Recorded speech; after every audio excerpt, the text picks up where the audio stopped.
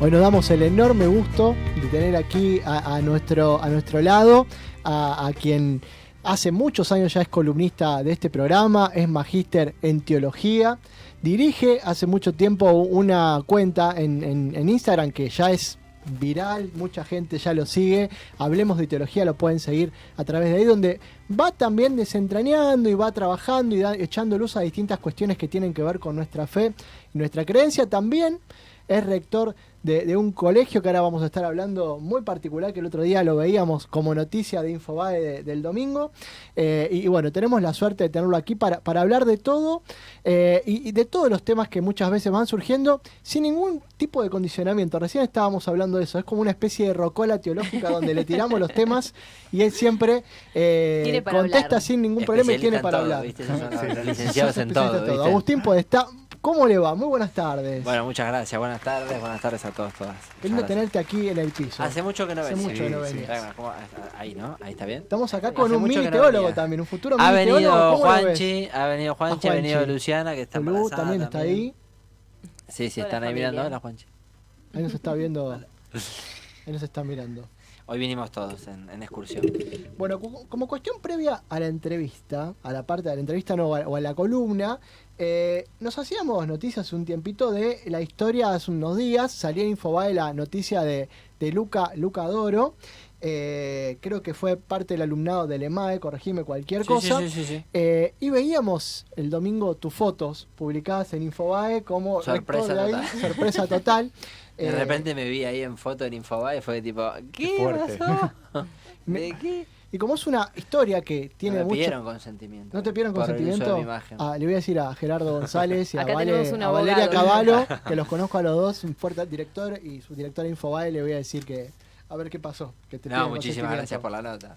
No, fue muy lindo, más allá de este chiste, fue muy linda la historia de Luca y quería que me cuentes un poquito qué trabaja la EMAE, porque trabaja con esta clase de situaciones, y me gustaría que me cuentes un poco la historia brevemente de Luca Doro y qué se trabaja en el EMAE, ¿no? Que vos estás ahí un poco a cargo y trabajando un poco en todo eso. Bien, bueno, sí, es un instituto terciario, educación superior, damos tecnicaturas, es escuela oficial, con validez nacional, dependiente del Ministerio de Educación, pero depende la escuela, la entidad propietaria es ALPI, Asociación Civil, que es la entidad, por ahí la conocen, es la ONG, la Asociación Civil que llevó adelante todo el tema de la polio, cuando fue el brote de polio en nuestro país, y dentro justamente de esa misión por la rehabilitación que tiene ALPI, por todo lo que es discapacidad motora, ahí, y rehabilitación, ahí aparece la escuela, el instituto terciario que tenemos 5 carreras: administración de empresas, analista de sistemas, diseño y programación web,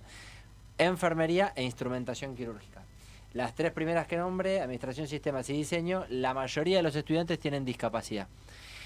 No porque sea educación especial, o sea, lo que comúnmente se llama educación especial en términos de educación, para nada usamos los mismos planes de estudio que otros terciarios de capital. Solamente lo que hacemos es una adaptación en el aula. Trabajamos fuerte con los docentes y además tenemos en cada aula intérprete de lengua de señas.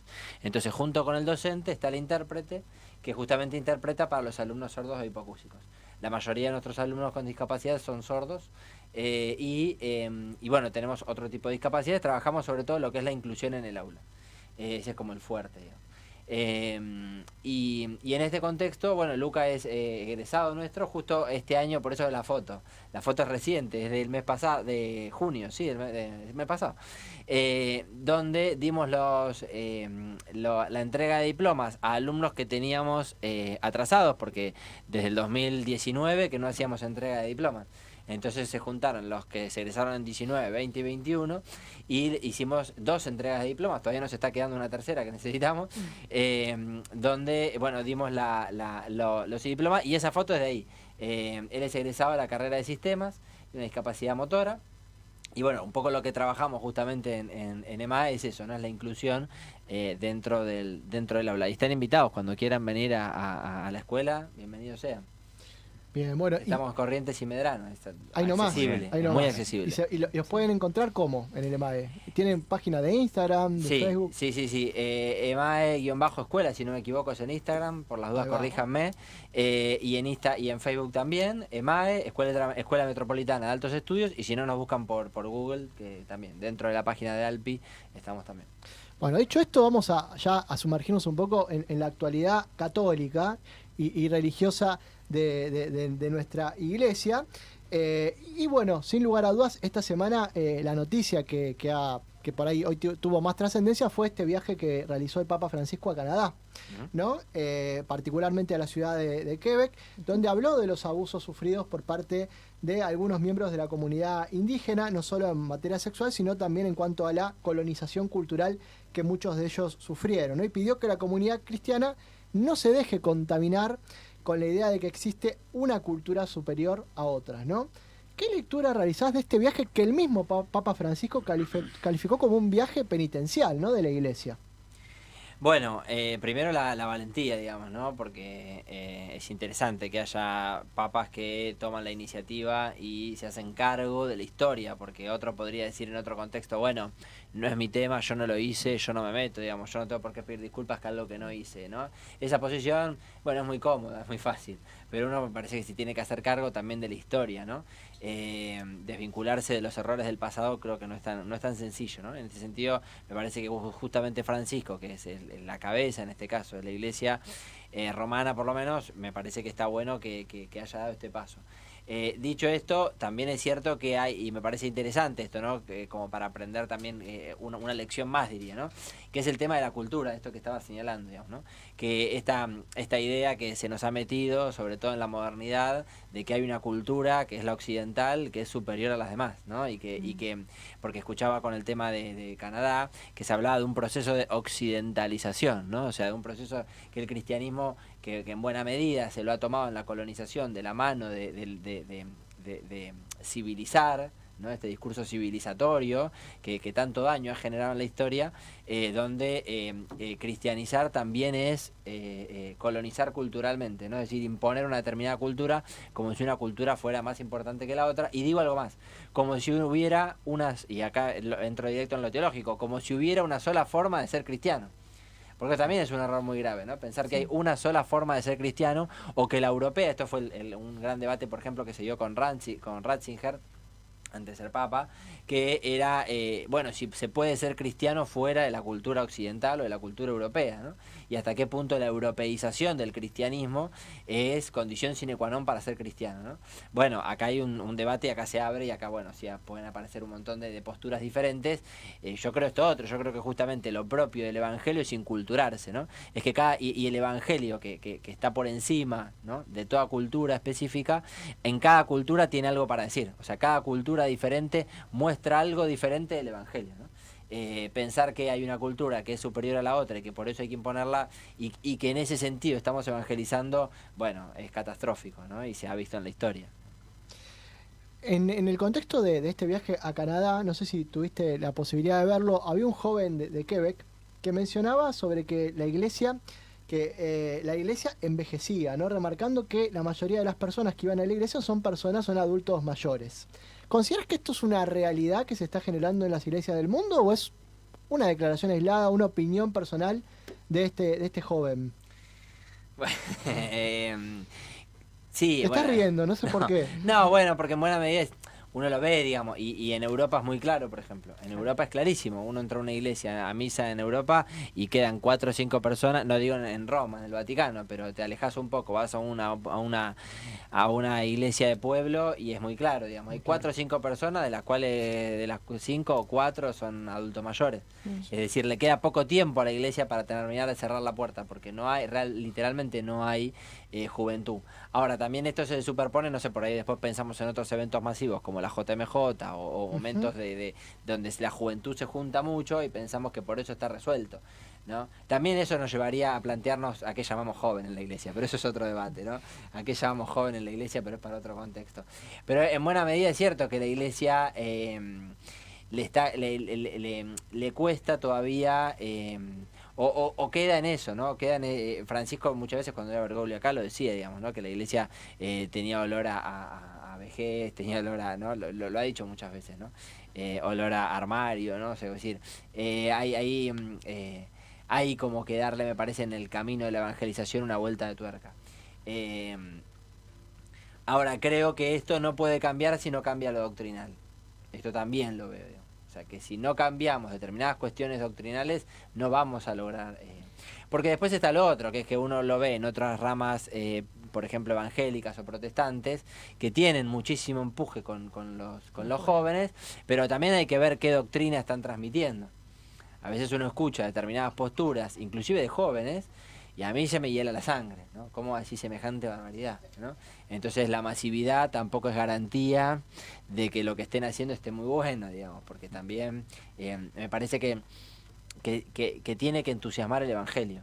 Y en el Evangelio meto también la tradición o el corpus doctrinal, porque después en el día a día es lo que termina teniendo... Digo, para ponerlo en sencillo, pueden ir y aplaudir y alabar y cantar y en la iglesia estar llena y tocar la guitarrita y toda la pelota, millones, pero después hay que ir al día a día. Y en el día a día la gente deja de aparecer, deja no sé qué, o empieza a tomar determinadas posturas, empieza a tener determinadas formas de pensar. Bueno... Entonces, a mí no me garantiza tampoco lo masivo, ¿no? Eso quiero decir, ¿no? No porque sea masivo y porque haya juventudes en masa, significa que está bueno lo que transmiten, ¿no? Ahora, ¿eso significa que, bueno, cerremos la puerta y quedemos 4? No sé, no tengo la respuesta, pero sí va a pasar, o sea, va a pasar que vamos a quedar 4 y va a que cerrar la puerta porque no hay... El último que apague la luz. ¿Y no sentís que, te pregunto desde el más absoluto desconocimiento, ¿no? Pero ¿no sentís que hay una parte... De jóvenes o hay una parte importante de la población católica creyente que hoy se mueve en lo que podemos llamar una parroquia virtual, en las redes, sí, viendo misa de manera virtual? Digo, hay como todo un movimiento ahí que todavía creo que la iglesia no pudo digerir, no pudo quizás incorporar, ¿no? ¿O no? Recién hoy se está empezando a trabajar seriamente, recién después de la pandemia se le ha prestado atención al tema. Yo digo en chiste, ¿no? Aprovechemos rápido en las redes antes de que nos pongan un obispo, ¿viste? Claro, porque ya algo en breve. Claro, alguna vuelta de tuerca le van a dar. Sí. Hoy en día hay alguna movida desde comunicación, de la parte de comunicación, a nivel diocesano, a nivel vaticano, hay algo, pero todavía no está trabajado. A nivel teológico se está trabajando, hay algunos que están ya tomando la posta. Había algunos que lo hacían antes, pero bastante deficiente, muy pobre, digamos, la elaboración previa, o todavía muy aferrada a esa vieja concepción de presencialidad, que creo que la pandemia trastocó todo eso. Entonces hay algunos que están metiéndose, que están trabajando el tema de lo que se llama la parroquia virtual, o la comunidad creyente virtual. Continente digital también El continente escuchado, digital, también. hay que buscarle un poco la expresión. Bueno, esto es propio ahora de la teoría, habrá que elaborarlo, pero se está dando y se da con categorías muy puntuales. Digamos, no es traspolar la experiencia que tenemos de la parroquia presencial a lo virtual. Nada que ver. No, Eso es por otra ahí cosa. es el cura que celebraba la misa y los de una comunidad miraban al cura celebrar misa. Eso puede ser, ahí sí está más pegado a la parroquia.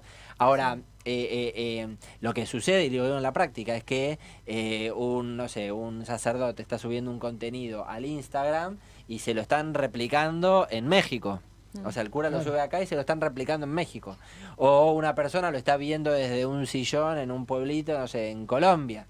Y le manda un mensaje porque se sintió afectado por algo que dijo, se sintió tocado por algo que dijo y le manda un mensaje confesándose, dice, aún sin, mira, no soy ni católico, pero te cuento toda mi vida. ¡Boom! Y de repente se encuentran con... bueno, hay que repensarlo y ahí hay una dinámica que es muy interesante que no se va a poder cerrar, digamos, de la misma forma a la que estábamos acostumbrados. Me parece. O sea, el esquema de la iglesia tridentina, que es el esquema de Trento, que es el que todos hemos heredado, el de la parroquia, diócesis, dividido tipo mapita.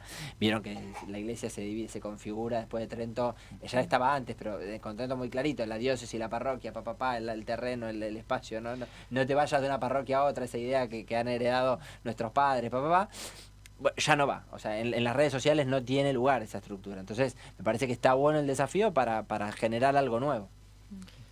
Sí, Agus, la semana pasada celebramos el Día de la Amistad y yo veía que en tu cuenta de Hablemos de Teología a través de Instagram publicás algo sobre Fratelli Tutti, esa encíclica de Papa Francisco, justamente haciendo referencia a la amistad social. Si bien el llamado es a convivir fraternalmente con todos los habitantes de esta casa común de todo el mundo, a veces pareciera que hay como una especie de selección, digamos, de que tengo una amistad pero selectiva. Por ejemplo, a lo mejor adoptamos los argentinos un supuesto patriotismo que nos lleva a mirar de reojo a ciertas nacionalidades, desde ciertos países por ahí supuestamente menos pudientes de Latinoamérica, hasta incluso también a algunos vecinos del hemisferio norte que son los que por ahí tienen un mayor poder económico, si se quiere, y social y político incluso. Y ni que hablar, digamos, de los vecinos por ahí más lejanos del otro lado del viejo continente, que son los que se apropiaron de una porción de tierra que nos correspondía geográficamente a nuestro país. Y muchas veces ese supuesto patriotismo nos lleva a lo mejor a tener justamente cierto recelo hacia otras comunidades nacionales. ¿Cuál es la lógica en cuanto al cristianismo? ¿Cuál es la lógica cristiana que aplicaría en estos casos? Donde nos ponemos por ahí de un lado de la vereda que a lo mejor está bueno para reforzar esta amistad social como argentinos, por ejemplo, pero que muchas veces por ahí contradictoriamente nos lleva a enfrentarnos a otros países o otras comunidades.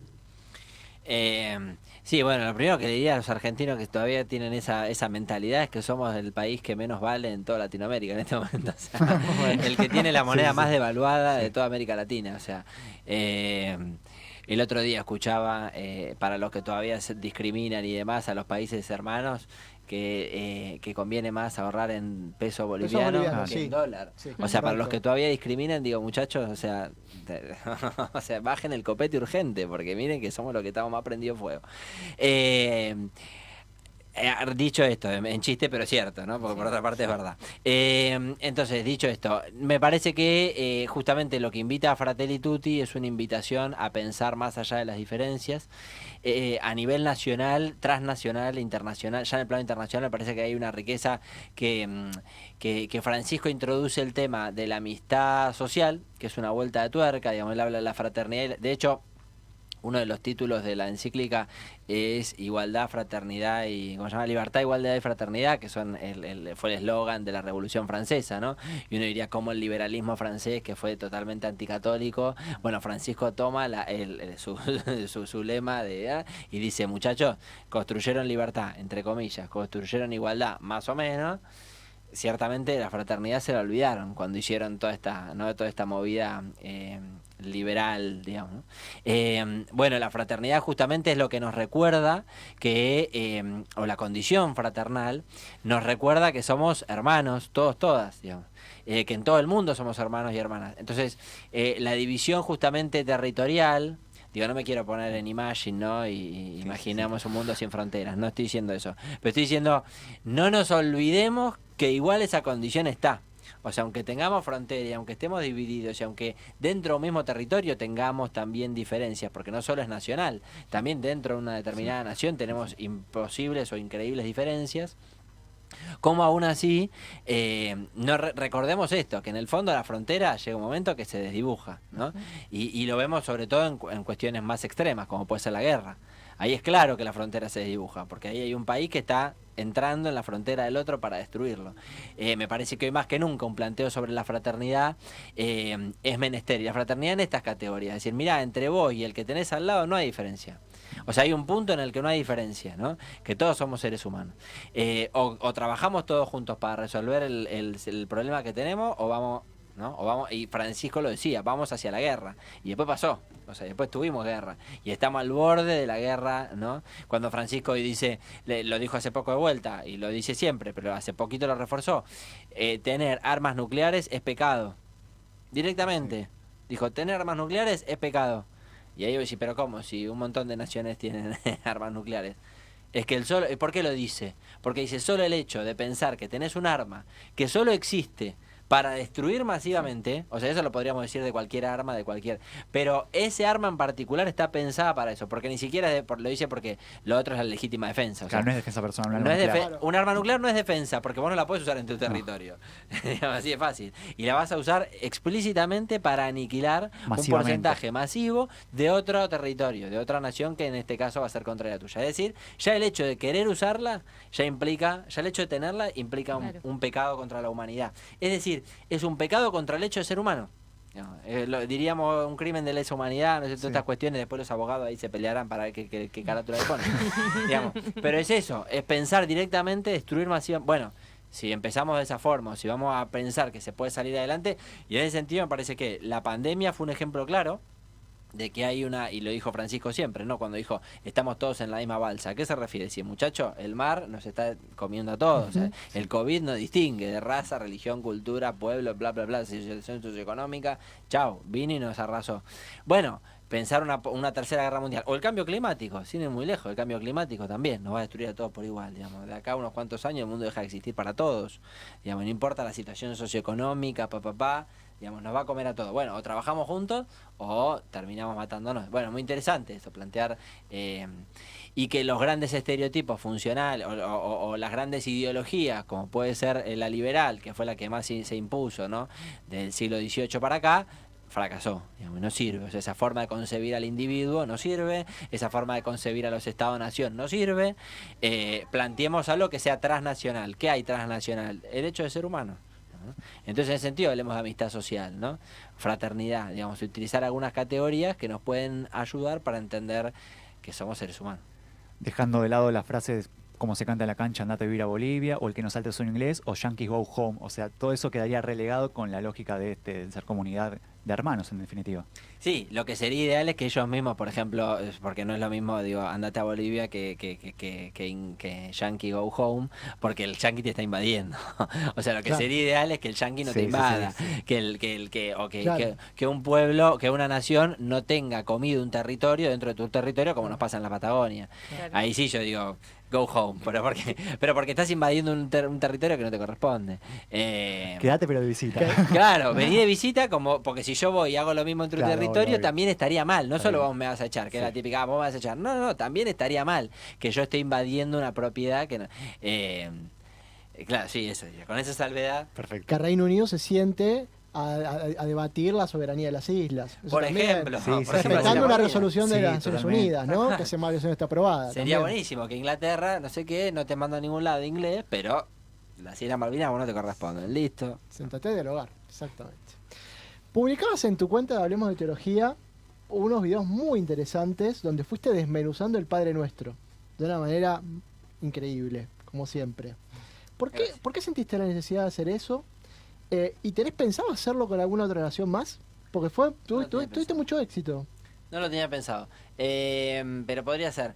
Bueno, el tema de la paternidad es un tema que vengo investigando por el tema de la tesis, entonces me choqué con que fue también un descubrimiento espiritual personal, fue también reencontrarme con una oración tradicional y conocida como el Padre Nuestro.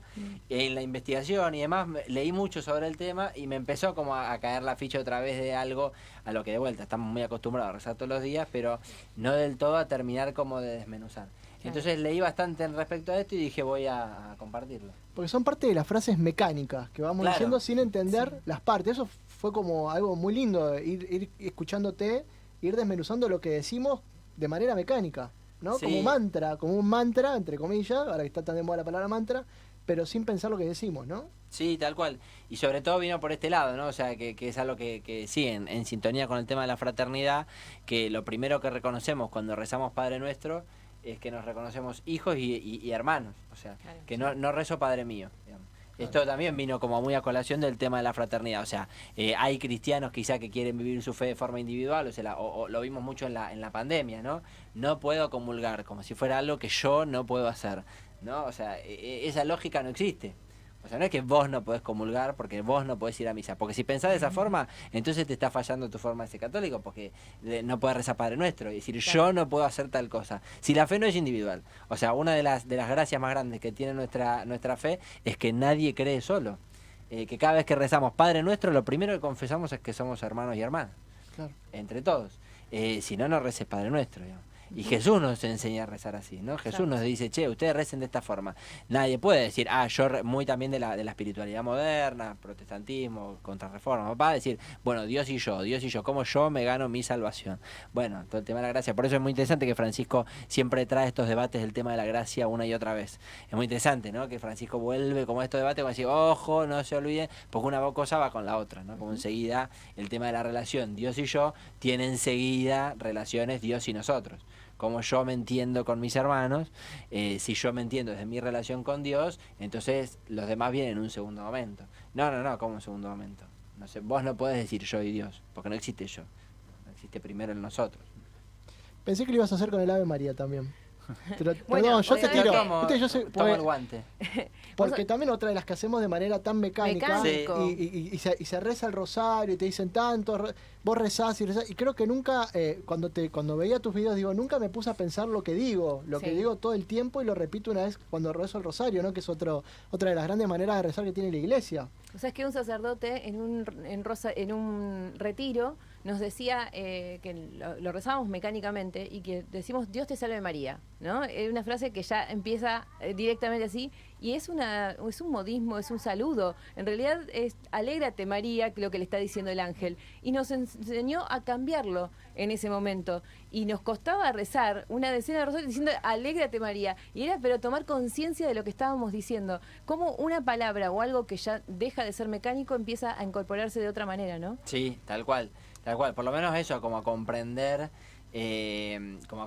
más en profundidad qué es lo que rezamos, tratar de como tener una idea más global o más acabada de qué es aquello que le estamos pidiendo, porque también esto, ¿no? El Padre Nuestro está lleno de peticiones, Sí. y nos quedamos también en eso, decir, bueno, te pido que esto sea así, te pido que esto sea así, te pido que esto sea así, pero nos olvidamos de esta otra dimensión, que cuando por lo menos de nuestra fe pedimos algo, suponemos que es porque nosotros nos vamos a poner las pilas con eso, ¿no? Es decir, te pido que me ayudes con el examen, ¿no? Pero es un ejemplo tonto, ¿no? Te pido que me ayudes con un examen, pero por lo menos desde nuestra fe, te pido algo, significa yo voy a poner de mí también, ¿no?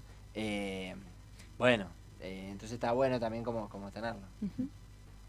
Mañana se celebra la fiesta de la Virgen de Huachana y seguramente miles de personas se van a acercar de distintos lugares de la Argentina, algunos también de Bolivia, para ir al Monte Santiagueño a celebrar justamente esta fiesta de esta advocación mariana.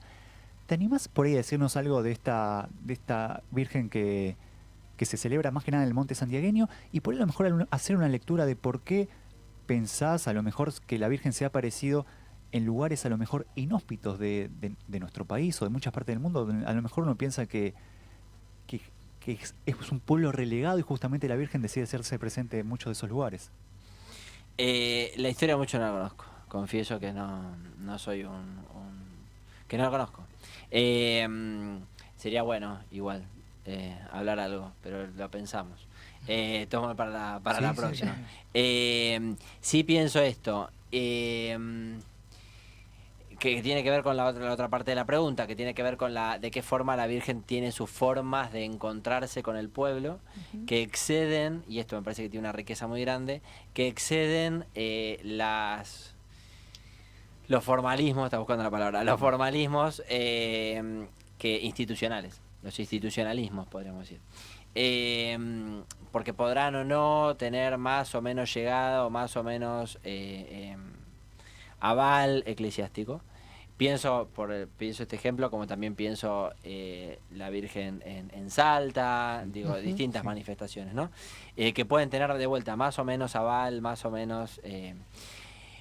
me parece que la gracia tiene eso, o sea, siempre dos cosas rápidas. Una, no recordar siempre que la revelación, o sea, lo que Dios le tuvo que decir al pueblo ya se lo dijo. Entonces nadie puede adjudicarse una revelación privada que esté por encima del Evangelio, porque la riqueza ya está en el Evangelio. En todo caso, la revelación privada tiene que venir como ayudarnos a profundizar en lo mismo, digamos, a vivenciarlo, pero no nos puede traer algo nuevo, totalmente distinto, ni nadie que se le aparezca a la Virgen puede decir Jesús me mandó a matar gente. Claro. Digo una estupidez, pero para que se entienda, digamos, o sea, no puede pasar. Eso no sería una revelación, sería una cuestión psicótica de una persona que... Claro, que a más de uno le ha ido bien, porque más de uno es santo por eso, pero zafó. Ahora, quiero decir, no se puede, porque el Evangelio es claro, digamos, en lo que dice, el Evangelio ya está como... Ahora, me parece que en las revelaciones privadas, como esta, y sobre todo que son tan masivas y que tienen... También hay algo, me parece, de que Dios busca la forma de visitar al pueblo, ¿no? Esta expresión me parece muy rica, ¿no? Dios visita a su pueblo de determinadas formas, de determinadas maneras, y encuentra como canales para hacerlo. Me parece que es una riqueza, que de vuelta esto que decíamos antes, ¿no? El tema de la inculturación del Evangelio. O sea, me parece que hay una riqueza que tenía el Evangelio que todavía no se había mostrado. Así me parece que tenemos que verlo, ¿no? O sea, ya lo que ya estaba en el Evangelio, pero que todavía no se había mostrado. ¿En dónde? En un territorio particular, con características particulares, a personas particulares, porque después tenés esto, ¿no? Yo a determinada vocación de la Virgen sigo, a otra no. Bueno, con la libertad de los hijos de Dios, digamos. porque quizás no estás llamado a eso, quizás no sea en esa vocación donde te sentís más, pero sí en otra. Perfecto, qué bueno que el Evangelio tenga esa pluralidad, ¿no? Qué bueno que Dios tenga esa forma plural de ser en la historia. Me parece que hay una riqueza para rescatar. Hago la última que te hago, tiene que ver con actualidad. El otro día, hace unas horas nomás, al Papa Francisco le consultaron, porque viste que los medios siempre están atrás de las cuestiones más catastróficas, y a ellos, viste, el tema de la renuncia es un tema que los desvela, a los periodistas en general, a mis colegas. Entonces le preguntaron por la renuncia, y él dijo, no sería catastrófico que renuncie, ¿no? Y siento que esto se inscribe ya en algo que viene desde Benedicto, desde el propio accionar de Benedicto de renunciar cuando se sintió incapacitado para poder dirigir la Iglesia, y creo que Francisco continúa con este criterio, que en la Iglesia, si bien no es novedoso, porque creo que hubo un caso anterior, de hace muchísimos años, sí me parece novedoso que ya dos papas simultáneamente estén pensando en esto, cuando no estoy capacitado, dar un paso al costado y permitir que otro siga dirigiendo la Iglesia, ¿no? No morir en el cargo, por el simple hecho de morir en el cargo, incluso muchos de ellos inconscientes, enfermos y demás. Te pregunto, ¿qué pensás respecto a que un papa renuncie, ¿no? ¿Hay alguna cuestión o alguna obstrucción teológica, legal en el Evangelio que le impida a un papa llevar adelante esta declaración voluntaria de decir, no puedo dirigir la Iglesia, no estoy capacitado, me corro a un costado y dejo que otro la dirija? Si fuera así tan fácil, te diría que sí. Sé que lo que voy a decir puede generar conflicto y que más de un seguidor me deja de seguir por esto que voy a decir. Pero, Perdón. No, está bien, bueno. pero lo creo de verdad. Cuando uno toma esa valiente decisión, y yo creo que es una decisión muy valiente, saber que implica en todo liderazgo, en toda situación de liderazgo y de poder, está bueno reconocer cuando uno ya no puede y tiene que dejar el lugar a otro. Ahora, cuando toma esa decisión, tiene que ser muy consciente de que ya se fue. Bien. Y que por su exposición pública no puede seguir rosqueando desde otro lugar, Claro. por más brillante que sea. Emérito debería significar cállese la boca. Bien. Así es fácil. Digamos, y esto lo digo por Benedicto, lo digo también por si Francisco renuncia. Sí. Digamos, quédese en su casa, quédese en un monasterio el resto de sus días rezando, pidiendo por la Iglesia a Dios, punto final. ¿Por qué? Porque de vuelta tiene que ver con esto, tiene que ver con cuando uno realmente se reconoce incapaz de algo, da un paso al costado. Sí. Y dio un paso al costado y toma esta valiente decisión de decir yo ya no puedo. O sea, yo esto no lo puedo seguir haciendo. Pero doy un paso al costado, ¿verdad? Esto en la política argentina, es muy interesante, porque en la política argentina después nos pasamos escuchando, pero ya renunció, ¿qué tiene que andar hablando? Si ya renunció, ¿qué tiene que andar hablando? Cada vez que habla, tira. Bueno, esto cada vez que habla Benedicto, más de uno dice, ay, habló Benedicto, a ver qué dijo, no sé qué. Y a veces dice cosas que dañan profundamente a la Iglesia. Entonces me parece que está bueno también saber reconocer. Entonces digo, si Bergoglio va a hacer esto, a mí me parece muy bien que lo haga, cuando diga ya no puedo más. Me parece una decisión muy valiente. Pero por la experiencia de los últimos años diría, bueno, Silencio. Claro, silencio. Y más un papá como Francisco, Claro. con todo lo que ha generado, que es muchísimo, que su palabra tiene un impacto muchísimo más grande que el de Benedicto. Sí. O sea, si se lo digo a Benedicto, también el doble se lo diría a Francisco. O sea, si vas a irte, me parece perfecto, es una decisión de papá, por favor, no hables públicamente de esa forma, digamos. O tener cuidado de lo que vas a decir, o sea, medite mucho en tus palabras, de qué vas a hablar, de qué vas a opinar, ¿no? Dedicate a escribir libros de otra cosa, investigar, estudiar, pero ojo cuando hables, porque sobre todo lo que atañe a la política de la Iglesia corre el riesgo de dañarla mucho. Y lo último, de lo que dijo hoy en el avión. El avión, sí. Lo de la renuncia me parece lo menos escandaloso. Habló de los anticonceptivos, habló de la moral, habló de la doctrina, Pero viste que el periodismo- habló de cosas. Sí. Fue para ahí. Yo leía a la mañana el Se titular meten ahí. en los días, en las título- noticias también, el tema de la renuncia, y después El me puse graf. a leer lo que dijo y dije, che, pero dijo cosas mucho más picantes que la renuncia. Pero bueno, los medios se quedan con esas cosas. Obviamente, los medios siempre, el graf es catastrófico, la renuncia. Y dijo otras cosas mucho más graves. Habló de la doctrina, de que en buena medida la doctrina está llamada a cambiar, de que el tema de los anticonceptivos hay que cambiar. O sea, como decir, dijo cosas mucho más picantes desde lo teológico, desde lo eclesial, inclusive desde el escándalo eclesiástico. Si quisieran hacer escándalo, dijo otras cosas. Tenía mejores Claro. títulos. Que tiene muchos mejores títulos para hacer escándalo Sí. que el de la renuncia. Se quedaron con la renuncia, bueno, yo qué sé. Agus, como siempre, un Muchas gusto. gracias. ¿Cómo te encuentran? Hablemos de teología en Instagram y hablemos de teología.ar en Facebook. Ahí estamos transmitiendo en vivo. Saludo a la gente que estuvo ahí. Los saludamos a todos ahí que haciendo el están aguante siguiendo. en el vivo. Vamos a una pequeña... ¿Vas vos, Cristian? Bueno, vamos con Cristian, que vamos y ya cerramos este programa del día de la fecha.